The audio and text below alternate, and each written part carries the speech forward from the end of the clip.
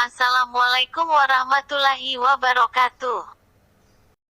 Kami di sini akan memaparkan bab 4 yaitu bentuk entitas yang disusun oleh Wahyu Kawiriansa Al-Jawari NIM 53R Rahmawati NIM 79 dan Nur Aziza NIM 94. Selamat menyaksikan. Dasar-dasar struktur bisnis. Struktur bisnis mengacu pada bentuk hukum perusahaan. Pada dasarnya ada 3 jenis badan usaha utama yang diakui di sebagian besar negara hukum umum, yaitu sole proprietorship atau kepemilikan perseorangan atau tunggal, partnership atau kemitraan, dan korporasi. Sole proprietorship atau kepemilikan perseorangan atau tunggal. Perusahaan perseorangan adalah suatu perusahaan atau bentuk bisnis yang paling sederhana yang dimiliki oleh pemilik tunggal.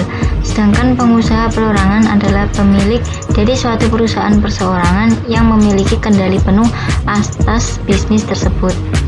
Kepemilikan tunggal bukanlah entitas yang terpisah, artinya pemilik bisnis sebenarnya adalah bisnis tersebut.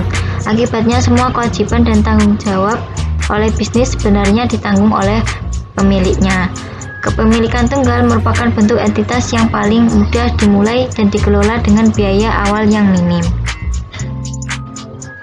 Partnership atau kemitraan. Pada intinya kemitraan tidak lebih dari kesepakatan antar 2 orang atau lebih untuk masuk ke dalam usaha yang bermotivasi untuk mendapatkan keuntungan. Ada 2 kategori kemitraan, yaitu yang pertama kemitraan umum dan kemitraan tanggung jawab terbatas. Kemitraan umum adalah kemitraan di mana semua mitra memiliki kewajiban tak terbatas atas hutang dan kontrak kemitraan. Semua mitra dalam kemitraan umum adalah berbagi risiko. Kemitraan tanggung jawab terbatas membatasi tanggung jawab mitra yang memiliki status terbatas.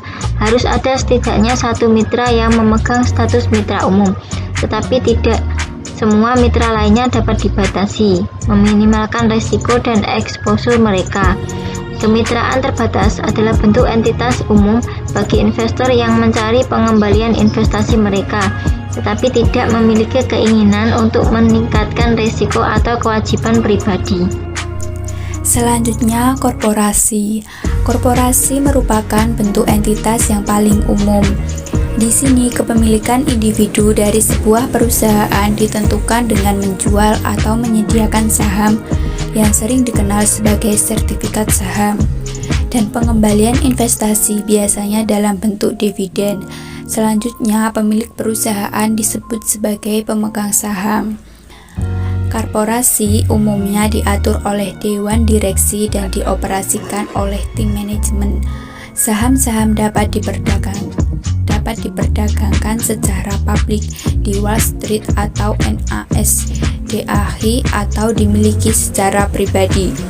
Meskipun aturan yang mengatur tata kelola perusahaan rumit dan ekstensif.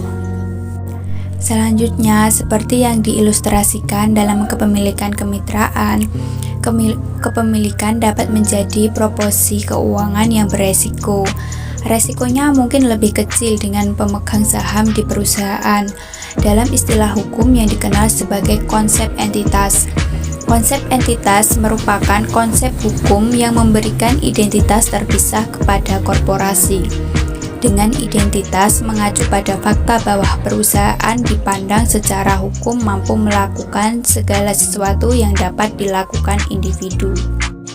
Selanjutnya, variasi korporasi adalah korporasi profesional, sering ditemukan dalam praktik medis maupun dalam profesi lain, seperti pengacara, akuntan, dan arsitek. Perusahaan profesional yaitu beberapa profesional yang diizinkan untuk membentuk perusahaan di bawah peraturan tertentu, untuk memungkinkan profesional mendapatkan keuntungan dari perusahaan sambil memenuhi persyaratan etika. Perusahaan bisnis di lingkungan global. Struktur bisnis di area internasional memiliki beberapa perbedaan yang signifikan. Perbedaan tersebut berasal dari sifat umum hukum internasional. Lainnya berasal dari perbedaan dalam sistem hukum dan cara negara memandang hubungan antara bisnis dan hukum. Masih ada beberapa perbedaan di mana berbagai standar akuntansi mempengaruhi metode yang digunakan untuk melaporkan stabilitas keuangan. Foreign entities. Kunci untuk memahami peran yang dimainkan bisnis internasional dalam kejahatan keuangan adalah mengingat prinsip entitas. Tanggung jawab individu atas pelanggaran pidana dan perdata dalam konteks bisnis akan dipengaruhi oleh struktur bisnis. Dengan masalah penting, apakah negara tempat bisnis yang diselidiki berada mengakui prinsip entitas, yaitu tidak ada tanggung jawab pribadi bagi pemegang saham untuk struktur bisnis tersebut. Di negara-negara yang mengikuti sistem hukum umum, kebanyakan kemitraan dan perusahaan akan diperlakukan sama seperti di Amerika Serikat. Di negara-negara yang mengikuti sistem hukum sipil Romano-Jermanik, variasi yang jauh lebih luas akan ditemukan di antara negara-negara tersebut. Negara-negara yang menganut hukum Islam berdasarkan syariah dapat menawarkan pendekatan campuran untuk masalah yang melibatkan asosiasi bisnis. Ada struktur perusahaan, prinsip entitas, dan legitimasi.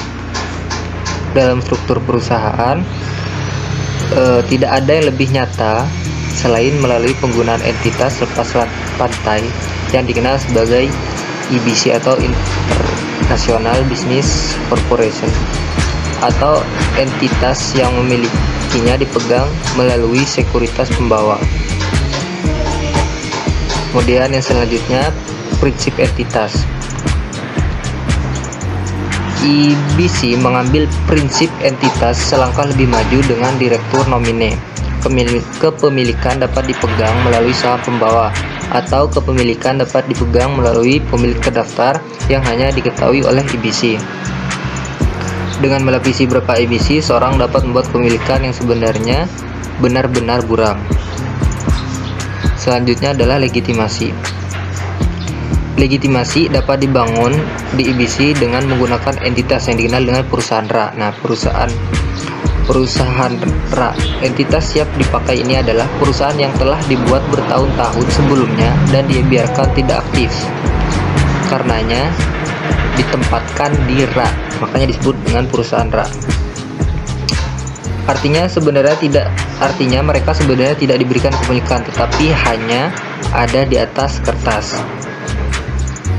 Ketika perusahaan sel diperlukan untuk membantu mengaburkan kepemilikan yang sebenarnya, seorang cukup membeli perusahaan RA dan mengambil alih kepemilikan. Karena keberadaan korporasi secara signifikan mendahului pembelian kepemilikan, suasana legitimasi diberikan melalui apa yang tampak seperti kehidupan korporasi yang panjang. Kepemilikan dapat lebih berlapis dengan mentransfer korpus atau badan perwalian atau keuntungan ke perwalian luar negeri. Dalam hubungannya dengan IBC dan perwalian luar negeri, penjahat dapat menggunakan sekuritas pembawa untuk menyembunyikan kepemilikan sebenarnya. Selanjutnya, offshore finance.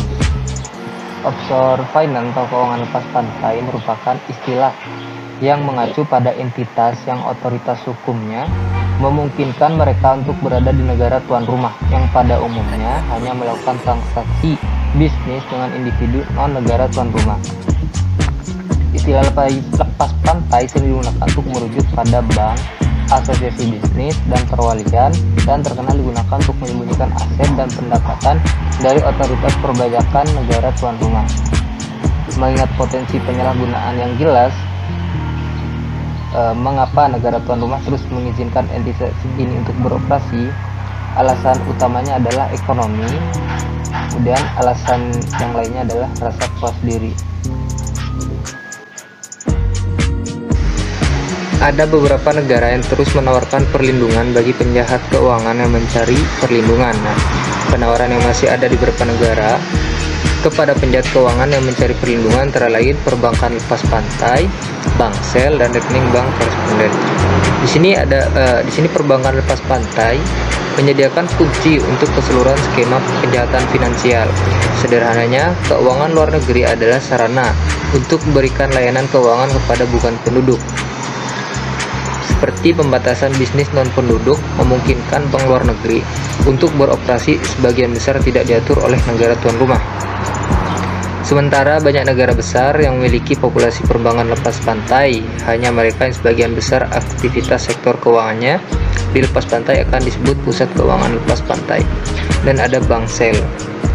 Di sini penggunaan bank sel menempatkan informasi kepemilikan dan data pemegang rekening di luar jangkauan penyidik. Kombinasi kerahasiaan perusahaan, kerahasiaan bank, dan kurangnya regulasi oleh negara tuan rumah membuat pendanaan luar negeri menjadi sarana yang sangat menarik bagi penjahat keuangan untuk mengeksekusi dan menyembunyikan skema mereka. Kemudian ada rekening bank koresponden, yaitu rekening yang dikelola bank satu sama lain atas namanya sendiri. Dalam konteks perbankan internasional, perbankan koresponden memiliki tujuan yang sah signifikan. Misalnya, dengan membangun beberapa hubungan perbankan koresponden secara global, satu bank dapat melakukan berbagai transaksi keuangan secara internasional tanpa perlu kehadiran fisik di negara tuan rumah.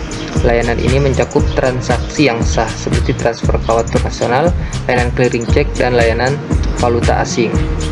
Hubungan semacam itu sangat cocok untuk penyalahgunaan oleh perusahaan kriminal.